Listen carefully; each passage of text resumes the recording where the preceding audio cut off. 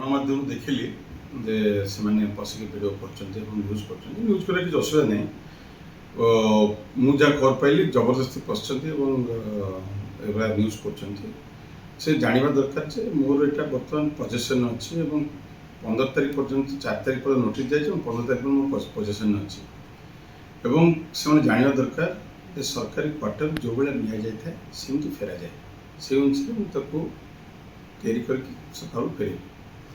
ସେ ଯେଉଁ ବିଭ୍ରାନ୍ତିକର ନ୍ୟୁଜ୍ ବିଶେଷ କରି ଗୋଟେ ମାନେ ଚ୍ୟାନେଲ୍ ଏବଂ କିଛି ସମ୍ବାଦପତ୍ର ଯେଉଁ ଲେଖୁଛନ୍ତି ବିଭିନ୍ନ ବିଭ୍ରାନ୍ତିକର ବଙ୍କର ଏବଂ ବିଭିନ୍ନ ଦେଖୁଛି ମିଡ଼ିଆରେ, ମୋତେ ଦୁଃଖ ଲାଗୁଛି ଯେ ମିଡ଼ିଆମାନଙ୍କୁ ସଦ୍ବୁଦ୍ଧି ଦିଆଯାଉ ଯେ ମୁଁ ଓଡ଼ିଶାର ସାଂଗଠନିକ ସମ୍ପାଦକ ଥିଲି।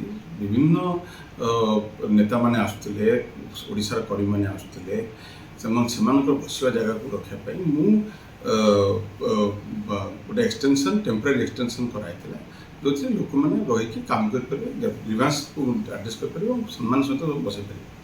ଏବଂ ଯେତେବେଳେ କ୍ୱାର୍ଟର, ମୁଁ ତ ସବୁ ପ୍ରୋସିଜର୍ ଫଲୋ କରିକି କ୍ୱାର୍ଟରକୁ ଅନ୍ ଟାଇମ୍ ଛାଡ଼ିବା ପାଇଁ ମୁଁ କହିଛି ଏବଂ କାଲି ବି ଆସିଥିଲେ ଜିଏ ଡିପାର୍ଟମେଣ୍ଟ। ମୁଁ କହିଲି on time I will leave the quarter and as it is ଯାହା ଅଛି ସେଇଆ କରିକି ଦିଆଯିବ।